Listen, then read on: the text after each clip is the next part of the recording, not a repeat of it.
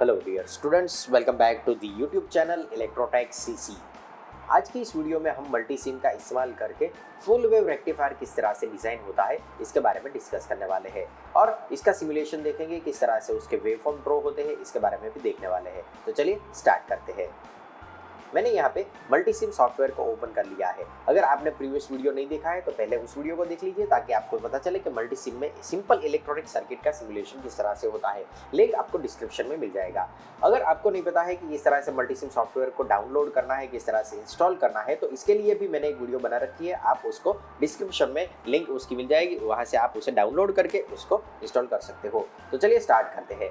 Simply आपको full wave rectifier design करने के लिए ये जो आपको डायग्राम मैंने यहाँ पे दिखाया है, इस डायग्राम को सिमुलेट करना है। ओके, तो सर्किट डायग्राम आपके पास है। अभी आप इस स्कीमेटिक डायग्राम को मल्टी सिम में यूज कर सकते हैं।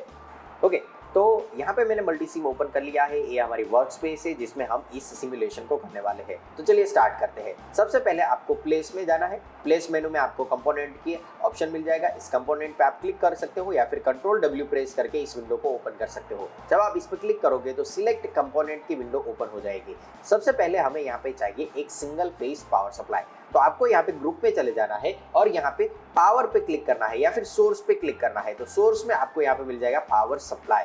ओके, तो पावर सप्लाई में आपके पास यहाँ पे अलग अलग टाइप के पावर सोर्सेस है, जैसे कि यहाँ पे AC पावर है, DC पावर है, ग्राउंड है, वगैरह वगैरह बहुत सारे अलग अलग ऑप्शन है। तो हम यहाँ पे AC पावर का इस्तेमाल करेंगे। ओके बटन पे क्लिक करेंगे तो यहाँ पे हमारा AC पावर सोर्स आ गया है। ओके, इसके साथ हमें यहाँ पे ये जो सोर्स है इसमें हमें यहाँ पे 230 वोल्ट एंड 50 हर्ट्ज फ्रीक्वेंसी चाहिए। तो मैंने यहाँ पे डबल क्लिक किया है तो यहाँ पे इसका अलग अलग प्रॉपर्टी का ऑप्शन और विंडो ओपन हो गया है। यहाँ पे हम वोल्टेज RMS में 230 वोल्ट सेट करने वाले हैं क्योंकि हमें यहाँ पे 230 वोल्ट डायरेक्टली यूज करने हैं। ओके, और यहाँ पे हम फ्रीक्वेंसी सेट कर देंगे 50 हर्ट्ज। ओके बटन पे क्लिक कर देंगे तो इसके पैरामीटर चेंज हो गए हैं। 230 volt RMS voltage and 50 hertz यहाँ पे हमें मिल गए हैं। अभी हम क्या करेंगे, एक सिंपल सा स्टेप डाउन ट्रांसफार्मर यूज करेंगे जिसमें single primary and single core secondary होगी। ओके, तो इसके लिए मुझे फिर से प्लेस में जाना है, कंपोनेंट पे क्लिक करना है और यहाँ पे हमें ग्रुप में अभी कर देना है बेसिक। तो बेसिक में आपको यहाँ पे ट्रांसफार्मर का ऑप्शन मिल जाएगा। यहाँ पे आप ट्रांसफार्मर पे क्लिक करोगे तो आपको यहाँ पे अलग अलग टाइप के बहुत सारे अलग अलग ट्रांसफार्मर मिल जाएंगे। हमें यहाँ पे सिंगल प्राइमरी सिंगल सेकेंडरी वाला ट्रांसफार्मर चाहिए तो हम यहाँ पे इस पे रख के ओके बटन पे क्लिक करेंगे तो हमें यहाँ पे एक सेकेंडरी एंड प्राइमरी वाला एक ट्रांसफार्मर मिल जाएगा। इसका कनेक्शन हम कर लेते हैं। तो कनेक्शन करने के लिए आपको सिंपली इसके टर्मिनल पे क्लिक करना है और यहाँ पे प्राइमरी में कनेक्ट कर देना है। तो इस तरह से हमारा ये जो कनेक्शन है वो कनेक्शन हो जाएगा। कुछ इस तरह से कनेक्शन हो जाएगा। तो ये हमारा कनेक्शन हो गया है। अभी हमें यहाँ पे सेकेंडरी में एक ब्रिज बनाना है। ओके, आप यहाँ पे फुल ब्रिज बना सकते हो या फिर हाफ ब्रिज भी डिजाइन कर सकते हो। फिलहाल हम यहाँ पे फुल ब्रिज का इस्तेमाल करने वाले हैं। तो फुल ब्रिज डिजाइन करने के लिए आपको यहाँ पे डायोड्स चाहिए। तो मैं कंट्रोल W प्रेस करूंगा तो हमारे यहाँ पे सिलेक्ट कंपोनेंट की विंडो ओपन हो जाएगी। हमें यहाँ पे अलग अलग डायोड्स चाहिए। ओके, तो 4 डायोड लेने के लिए मुझे यहाँ पे बेसिक पे क्लिक करना है और यहाँ पे आ जाना है डायोड में। डायोड में हमारे पास यहाँ पे डायोड का ऑप्शन दिया गया है जिसमें हम 1N4007 का डायोड यूज करने वाले हैं। तो आपको यहाँ पे सर्च कर लेना है 1N4007। अगर आपको डायरेक्टली सर्च करना है तो इस बटन पे आप क्लिक करके आप डायरेक्ट कंपोनेंट का नाम लिख सकते हो। जैसे कि मैं यहाँ पर लिखने वाला हूँ 1N4007। इस पे मैं सर्च पे क्लिक कर दूंगा तो मेरा कंपोनेंट यहाँ पे मुझे मिल जाएगा 1N4007 का डायोड। यहाँ पे इसका सिंबल है और ये इसकी फुटप्रिंट है। फुटप्रिंट जब आप पीसीबी डिजाइन करेंगे तब इसका इस्तेमाल करेंगे। ओके बटन पे क्लिक कर दूंगा तो मुझे यहाँ पे 1N4007 का डायोड मिल जाएगा। मैं ओके बटन पे क्लिक कर दूंगा। मुझे यहाँ पे अगर रोटेट करना है कोई कंपोनेंट तो मैं कंट्रोल R बटन प्रेस करके इसे रोटेट कर सकता हूँ। तो मैं यहाँ पे फर्स्ट डायोड को कुछ इस तरह से कनेक्ट कर दूंगा, सेकेंड डायोड लूंगा, फिर से इसे रोटेट कर दूंगा, इसे यहाँ पे कुछ इस तरह से कनेक्ट कर दूंगा। थर्ड वन डायोड चाहिए तो थर्ड वन डायोड के लिए फिर से मैं यहाँ पे रोटेट करके इस तरह से कनेक्ट कर दूंगा और फोर्थ डायोड लेके इस तरह से मैं यहाँ पे कनेक्शन कर लूंगा। तो ये हमारे 4 डायोड प्लेस हो गए हैं। अभी हम इसका कनेक्शन कर लेते हैं। तो कनेक्शन करने के लिए, ब्रिज बनाने के लिए फर्स्ट D1 डायोड का D2 डायोड से आपको इस तरह से कनेक्ट करना है। डायोड D1 का एनोड को डायोड D2 के कैथोड के साथ कनेक्ट करना है। D1 के कैथोड को D3 के कैथोड के साथ कनेक्ट करना है। D3 के एनोड को D4 के कैथोड के साथ कनेक्ट करना है और D2 के एनोड को D4 के एनोड के साथ कनेक्ट करना है। तो कुछ इस तरह से कनेक्शन यहाँ पे हो जाएगा। ओके, अगर आपको यहाँ पे कोई वायर कनेक्शन इस तरह से मूव करना है तो आप सिंपली क्लिक करके उससे मूव भी कर सकते हो। यहाँ पे हमारी सेकेंडरी है, इस सेकेंडरी को हम डायरेक्टली यहाँ पे कनेक्ट कर देंगे जिस तरह से आपको डायग्राम में दिखाया गया है। तो इस तरह से हम यहाँ पे इसे कनेक्ट कर लेंगे। ओके, तो यहाँ पे हमारी एसी सप्लाई है वो यहाँ पे हमने दे दी है। यहाँ पे ब्रिज रेक्टिफायर है, ब्रिज रेक्टिफायर का आउटपुट यहाँ पे एक होगा और यहाँ पे एक होगा। तो अगर हम यहाँ पे आउटपुट देखेंगे तो आउटपुट हमें फुल वेव का मिलेगा। ओके, तो सबसे पहले हमें यहाँ पे वेवफॉर्म देखने हैं। तो वेवफॉर्म देखने के लिए हमें कोई एक लोड कनेक्ट करना होगा। ओके, तो लोड कनेक्ट हम यहाँ पे करेंगे सिंपली एक रजिस्टर। तो यहाँ पे हमारे पास प्लेस बेसिक कंपोनेंट का ऑप्शन है जिसमें हम यहाँ पे रजिस्टर को ले सकते हैं। तो 1 किलो ओम का एक रजिस्टर ले लेंगे, ओके बटन पे क्लिक करके इसे रोटेट कर लेंगे और इसे इस तरह से कनेक्ट कर लेंगे, कुछ इस तरह से। ब्रिज रेक्टिफायर का जो आउटपुट है वो हमें यहाँ से मिलेगा और यहाँ पे हमने लोड कनेक्ट कर दिया 1 किलो ओम का। अभी हमें यहाँ पे वोल्टेज की वैल्यू चेक करनी है। तो इसके लिए हम मल्टीमीटर का इस्तेमाल करेंगे। तो मल्टीमीटर आपको यहाँ से मिल जाएगा। मल्टीमीटर को आप यहाँ पे इनपुट में कनेक्ट कर सकते हो कुछ इस तरह से, और आउटपुट में अगर आपको चेक करना है तो आउटपुट का वोल्टेज चेक करने के लिए भी आप यहाँ पे इस तरह से अटैच कर सकते हो। लेकिन आउटपुट में हमें डीसी वोल्टेज मिलेगा तो हमें यहाँ पे डीसी में सिलेक्ट कर रखना है वोल्टेज डीसी, और इनपुट में हमें एसी चाहिए तो एसी एंड वोल्टेज पे सिलेक्ट करके रखना है आपको, कुछ इस तरह से। ओके, और अगर आपको वेवफॉर्म देखने हैं तो वेवफॉर्म के लिए यहाँ पे सबसे बेस्ट ऑप्शन होता है टेक्ट्रॉनिक्स का ऑसिलोस्कोप। तो मैं यहाँ पे टेक्ट्रॉनिक्स का ऑसिलोस्कोप यहाँ से ले लूँगा और इसे एक इनपुट में यानी कि जो हमारी सेकेंडरी है उस सेकेंडरी में कनेक्ट कर दूंगा और यहाँ पे एक हमारा जो रेक्टिफिकेशन के बाद आउटपुट मिलता है वहाँ पे कनेक्ट कर दूंगा। तो यहाँ पे कनेक्ट कर देंगे। ओके, तो इस तरह से हमारे कनेक्शन हो गए हैं। अभी हम टेक्ट्रॉनिक्स का ऑसिलोस्कोप सेट कर लेते हैं। तो डबल क्लिक कीजिए टेक्ट्रॉनिक्स के ऑसिलोस्कोप पे और यहाँ पे पावर बटन को ऑन कर लीजिए ताकि आपका ऑसिलोस्कोप स्टार्ट हो सके। हमने चैनल 1 का और चैनल 2 का इस्तेमाल किया है तो 1 चैनल एंड 2 चैनल को हम सेट कर लेंगे। चैनल 1 पे क्लिक करेंगे, डीसी कपलिंग, क्योंकि हमने यहाँ पे चैनल 1 को यहाँ से लेके एसी में कनेक्ट किया है तो हम कपलिंग एसी यूज करेंगे। तो यहाँ पे आप क्लिक करके इसका कपलिंग सेट कर सकते हो। चैनल 2 में हम डीसी ही रखेंगे क्योंकि हमें यहाँ पे पल्सेटिंग डीसी आउटपुट मिलने वाला है। मेजर बटन पे क्लिक करके आप यहाँ पे अलग अलग पैरामीटर मेजर कर सकते हो। तो मैं यहाँ पे चैनल 1 को सेट कर लेता हूँ कि यहाँ पे मुझे पिक टू पिक वोल्टेज चाहिए, तो मैं यहाँ पे peak to peak voltage set कर लेता हूँ। सेकेंड टाइम मेजर बटन पे क्लिक करेंगे और इसकी फ्रीक्वेंसी सेट कर लेंगे। तो इसकी फ्रीक्वेंसी हम सेट करेंगे यहाँ पे चैनल 1 की, तो फ्रीक्वेंसी में यहाँ पे मिलेगी। फिर से मेजर बटन पे क्लिक करेंगे, चैनल 2 को यहाँ पे सेट करेंगे चैनल 2 एंड उसमें हम चेक करेंगे उसके वोल्टेज। ओके, तो मैं यहाँ पे पिक टू पिक वोल्टेज अभी सेट कर रहा हूँ और उसकी फ्रीक्वेंसी भी सेट कर लेंगे। तो यहाँ पे फिर से चैनल 2 एंड इसकी फ्रीक्वेंसी हम सेट कर लेंगे और मेजर बटन पे क्लिक कर देंगे। ओके, तो यहाँ पे हमारा टेक्ट्रॉनिक्स का ऑसिलोस्कोप है वो भी, तो अभी यहाँ पे हमारा टेक्ट्रॉनिक्स का ऑसिलोस्कोप सेट हो गया है। अभी हम इस सिमुलेशन को करने के लिए रेडी है। ओके, तो मैं इसे यहाँ से क्लोज कर देता हूँ। सिमुलेशन को रन करने के लिए आपको यहाँ पे सिंपली रन बटन पे क्लिक करना है तो आप इस सिमुलेशन को रन कर सकते हो। तो चलिए इस सर्किट डायग्राम जो भी हमने यहाँ पे स्कीमेटिक डायग्राम बनाया है इसे रन करके देखते हैं कि यहाँ पे आउटपुट वोल्टेज हमें क्या मिलेगा। ओके, तो मैं यहाँ पे रन बटन पे क्लिक करता हूँ तो यहाँ पे हमें एक वार्निंग मिल रही है कि हमने यहाँ पे कोई ग्राउंड कनेक्ट नहीं किया है। तो हम यहाँ पे पहले ग्राउंड कनेक्ट कर लेते हैं, फिर हम इसे ऑन करेंगे। तो फिर से प्लेस में जाना है, कंपोनेंट पे क्लिक करना है और यहाँ पे आपको ग्रुप में सिलेक्ट कर लेना है पावर। ओके, तो सोर्स में आपको यहाँ पे मिल जाएगा पावर सोर्स में आपको यहाँ पे ग्राउंड का सिंबल मिल जाएगा और ग्राउंड को आप यहाँ से लेके यहाँ पे डीसी में कनेक्ट कर सकते हो। ओके, तो यहाँ से हम डीसी में ग्राउंड कनेक्ट कर लेंगे। ओके, तो हमने ग्राउंड कनेक्ट कर लिया है। अभी हम सिमुलेशन को रन करने के लिए रेडी है। ओके, तो यहाँ पे रन बटन पे हम क्लिक करेंगे तो हमारा सिमुलेशन स्टार्ट हो जाएगा। अभी यहाँ पे हमें कोई एरर और वार्निंग नहीं मिल रही है, यानी कि हमारा सिमुलेशन अभी रन करने के लिए रेडी हो गया है। ओके, तो हम रन बटन पे क्लिक करेंगे तो यहाँ पे हमारा सिमुलेशन स्टार्ट हो जाएगा।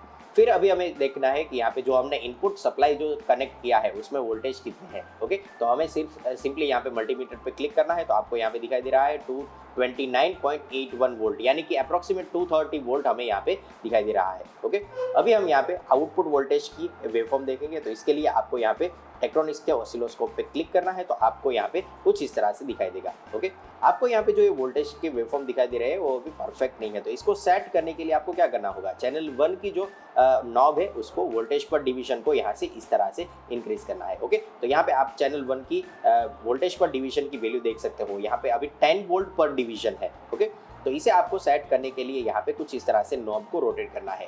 सिमिलरली आप यहाँ पे चैनल 2 की जो वेवफॉर्म है उसे भी सेट कर सकते हो। तो यहाँ पे आप देख सकते हो चैनल 2 में 1 वोल्ट पर डिवीजन का यहाँ पे अभी सेट किया गया है। तो इस नॉब को अगर आप रोटेट करोगे तो आप इस तरह से इसकी वेवफॉर्म सेट कर सकते हो। ओके, तो यहाँ पे हम सेट कर लेंगे 10 वोल्ट पर डिवीजन और यहाँ पे टाइम पर डिवीजन का जो नॉब है इसे सेट करके आप इस तरह से वेवफॉर्म को अच्छे तरह से देख सकते हो। ओके, क्योंकि हमने यहाँ पे एक फुल वेव रेक्टिफायर डिजाइन किया है, तो चैनल 1 में जो हमें एसी वेवफॉर्म दिखाई दे रहा है वो यहाँ पे अभी कुछ इस तरह से दिखाई दे रहा है कि यहाँ पे हाफ पोर्शन क्लिक हो रहा है। ओके, लेकिन अगर आप इस वेवफॉर्म में फुल वेव देखना चाहते हो तो यहाँ पे इसे सिंपली स्टॉप करके इस कनेक्शन को चेंज कर सकते हो। मैं यहाँ से इसे डिलीट कर देता हूँ और चैनल 1 को कनेक्ट कर देता हूँ प्राइमरी में। ओके, तो कुछ इस तरह से हो जाएगा और फिर से जब आप इसे ऑन करोगे तो आपको कुछ इस तरह से फुल साइकिल देखने को मिलेगी। फिर से यहाँ पे वोल्टेज पर डिवीजन को हम सेट कर लेंगे, तो आप यहाँ पे देख सकते हो अभी जो हमारी वोल्टेज पर डिवीजन की वैल्यू है वो है 50 वोल्ट पर डिवीजन। ओके, और यहाँ पे जो ये सेकंड चैनल है, इस सेकंड चैनल का जो वेवफॉर्म है वो कुछ इस तरह से आपको फुल वेव में दिखाई दे रहा है। हमारी जो इनपुट की वेवफॉर्म है उसमें पिक टू पिक वोल्टेज है 325 वोल्ट, आप यहाँ पे देख सकते हो। फ्रीक्वेंसी है 50 हर्ट्ज और जो आउटपुट में हमें वोल्टेज मिल रहे हैं उसमें पिक टू पिक वोल्ट है 31.1 वोल्ट। ओके, और हमारी फ्रीक्वेंसी यहाँ पे डबल हो गई है। आपको यहाँ पे पता होगा कि जब हम सिंपल हाफ वेव रेक्टिफायर की वैल्यू बात करते हैं तो उसमें फ्रीक्वेंसी एज इट इज रहती है, लेकिन जब हम फुल वेव रेक्टिफायर की बात करते हैं तो फुल वेव रेक्टिफायर में जो फ्रीक्वेंसी है वो पल्सेटिंग डीसी की फ्रीक्वेंसी 100 हर्ट्ज हो जाती है, यानी कि डबल हो जाती है। क्योंकि इनपुट में एक साइकिल जब कंप्लीट होती है तो आउटपुट में 2 साइकिल कंप्लीट होती है in full wave rectification. Okay, तो कुछ इस तरह से आप यहाँ पे फुल वेव रेक्टिफायर का जो सिमुलेशन है उसे सिंपली यूज कर सकते हो। अगर आपको यहाँ पे रन स्टॉप मोड में रखना है तो आप यहाँ पे इसे सिंपली रन स्टॉप मोड और बटन को क्लिक करके आप इस वेव फॉर्म को यहाँ से प्रिंट कर सकते हो। ओके, प्रिंट करने के लिए आपको यहाँ पे प्रिंट का ऑप्शन दिया गया है। जब आप इस पे प्रिंट पे क्लिक करोगे तो आपको कुछ इस तरह से एक विंडो मिल जाएगी। ओके, प्रिंट की यहाँ पे आप Microsoft print to PDF set कर सकते हो, या फिर अगर आपके पास कोई प्रिंटर है तो उस प्रिंटर को आप यहाँ पे सिलेक्ट कर सकते हो। मैं यहाँ पे सिंपली ओके बटन पे क्लिक कर दूंगा तो यहाँ पे ये मुझे ऑप्शन पूछेगा कि कहाँ पे आपको इसे सेव करना है। तो मैं यहाँ पे जो सेव की लोकेशन है वो लोकेशन ऐड कर दूंगा और यहाँ पे फाइल का नाम ऐड कर दूंगा। ओके, तो यहाँ पे मैं लिख दूंगा full wave rectifier. Okay, full wave rectifier और इसे सेव कर लूंगा। तो यहाँ पे ये हमारी जो फाइल है वो कलर फाइल में आपको चाहिए या फिर मोनोक्रोम में चाहिए, यानी कि ब्लैक एंड व्हाइट में चाहिए, वो आप यहाँ पे सेट कर सकते हो। मैं यहाँ पे simply black and white use करना चाहता हूँ तो मुझे यहाँ पे ब्लैक एंड व्हाइट में फाइल मिल जाएगी और यहाँ पे फुल वेव रेक्टिफायर की हमारी फाइल है और आप यहाँ पे देख सकते हो ब्लैक एंड व्हाइट में हमारी जो फाइल है वो हमें यहाँ पे मिल गई है। ओके, तो ये जो हमारी जो वेवफॉर्म है वो हमारी इनपुट की वेवफॉर्म है 230 वोल्ट एसी और आरएमएस वैल्यू, और यहाँ पे जो ये आउटपुट वेवफॉर्म है वो हमारी आउटपुट की वेवफॉर्म है और ये जो हमारी सेकंड वेवफॉर्म है वो आउटपुट की वेवफॉर्म है। ओके, तो ये इस तरह से आप इसके वेवफॉर्म को रिकॉर्ड भी कर सकते हो। ओके, इसे क्लोज कर देते हैं। फिर यहाँ पे आउटपुट वोल्टेज की मल्टीमीटर में देख लेते हैं तो आउटपुट वोल्टेज हमें यहाँ पे मिल रहे हैं पल्सेटिंग डीसी 19.34 वोल्ट। ओके, तो ये हमारी डीसी वोल्टेज है, पल्सेटिंग डीसी वोल्टेज है। अगर आपको इसे कांस्टेंट डीसी में कन्वर्ट करना है तो आपको यहाँ पे एक एक्स्ट्रा कैपेसिटर कनेक्ट करना होगा जो कि फिल्टर का वर्क करेगा। ओके, तो इसके लिए आपको यहाँ पे फिर से प्लेस में चले जाना है, कंपोनेंट में आपको यहाँ पे बेसिक में चले जाना है। सोर्स हम की जगह पे हम बेसिक सिलेक्ट कर लेंगे और यहाँ पे हम कैपेसिटर को कनेक्ट करने वाले हैं। तो हमें यहाँ पे इलेक्ट्रोलाइटिक कैपेसिटर चाहिए, तो इलेक्ट्रोलाइटिक कैपेसिटर विथ 1000 माइक्रोफेराड है। ओके, तो 1000 माइक्रोफेराड है और इक्विवेलेंट टू 1 मिलीफेराड है। ओके, तो 1 मिलीफेराड का एक कैपेसिटर कनेक्ट कर लेंगे, इसे रोटेट कर लेंगे। तो कुछ इस तरह से इसका कनेक्शन हम कर सकते हैं। इसे यहाँ कनेक्ट कर लेंगे और इसे यहाँ कनेक्ट कर लेंगे। अगर कोई वैल्यू आपको यहाँ से मूव करनी है तो आप सिंपली क्लिक करके मूव कर सकते हैं। ओके, फिर से इसे रन करके देखते हैं कि इसमें पल्सेटिंग डीसी में कांस्टेंट डीसी में कन्वर्ट कर सकते हैं या नहीं। ओके, फिर से ऑसिलोस्कोप ऑन कर लेंगे। ऑसिलोस्कोप में हमें यहाँ पे वेवफॉर्म देखनी है। ओके, तो हम यहाँ पे ऑटो सेट का भी इस्तेमाल कर सकते हैं। आप यहाँ पे सिंपली ऑटो सेट पे क्लिक करोगे तो आपको कुछ इस तरह से इसकी वेवफॉर्म देखने को मिलेगी। जो हमारी वेवफॉर्म है उसमें ये जो ऊपर की वेवफॉर्म है वो हमारी इनपुट की वेवफॉर्म है और नीचे जो हमें यहाँ पे वेवफॉर्म मिल रही है वो हमारी आउटपुट वोल्टेज की वेवफॉर्म है। तो यहाँ पे पिक टू पिक वोल्टेज अभी 251 मिली वोल्ट दिखा रहा है, तो यहाँ पे हमें एवरेज वोल्टेज करनी है। ओके, तो मेजर पे क्लिक करना है, चैनल 2 पे आ जाना है। चैनल 2 की वैल्यू है वो हमें यहाँ पे सेट करनी है। तो मिनिमम वोल्टेज, मैक्सिमम वोल्टेज या फिर आप यहाँ पे कुछ इस तरह से वोल्टेज की वैल्यू सेट कर सकते हो। ओके, तो ये हमारी मीन वैल्यू आ गई है 30.7 वोल्ट। ओके, इसे हम मेजर पे फिर से क्लिक कर देंगे तो यहाँ पे हमें मिल रही है पिक टू पिक इनपुट की वोल्टेज है वो 325 वोल्ट है और आरएमएस वैल्यू है वो 230 वोल्ट है। फ्रीक्वेंसी 50 हर्ट्ज है। आउटपुट में हमें जो वैल्यू मिल रही है उसमें 30.7 वोल्ट डीसी मिल रही है। ओके, और आप यहाँ पे देख सकते हो इसका जो फिल्ट्रेशन है वो बहुत ही अच्छे से हो गया है। ओके, रन स्टॉप में कर लेंगे। ओके, तो आप यहाँ पे देख सकते हो जो हमें पल्सेटिंग डीसी मिल रही थी उसमें से बहुत ही एक्यूरेट डीसी वोल्टेज हमें अभी मिल रही है। ओके, थोड़ा बहुत इसमें फ्लक्चुएशन है लेकिन बहुत ही अच्छी से हमें डीसी वोल्टेज मिल रहे हैं। ओके, और इस तरह से आप यहाँ पे पूरा फुल वेव रेक्टिफायर का जो सिमुलेशन है वो इस तरह से कर सकते हो यूजिंग मल्टीसिम। ओके, तो आशा करता हूँ कि आज की वीडियो में आपको यहाँ पे जो भी मैंने यहाँ पे फुल वेव रेक्टिफायर का सिमुलेशन मल्टीसिम से करके बताया है वो समझ में आ गया होगा। अगर आपको इस तरह से और भी सिमुलेशन देखना है कि किस तरह से मल्टीसिम में अलग अलग सर्किट के सिमुलेशन कर सकते हो, तो इसके लिए आप मेरी चैनल को सब्सक्राइब कर सकते हो, वीडियो को लाइक कर सकते हो, या फिर जो भी आपकी रिक्वायरमेंट है वो कमेंट करके दे सकते हो, जिसपे मैं अलग अलग सिमुलेशन करके आपको सिखा सकता हूँ कि किस तरह से आप मल्टीसिम में अलग अलग सर्किट का सिमुलेशन कर सकते हो। Thank you very much.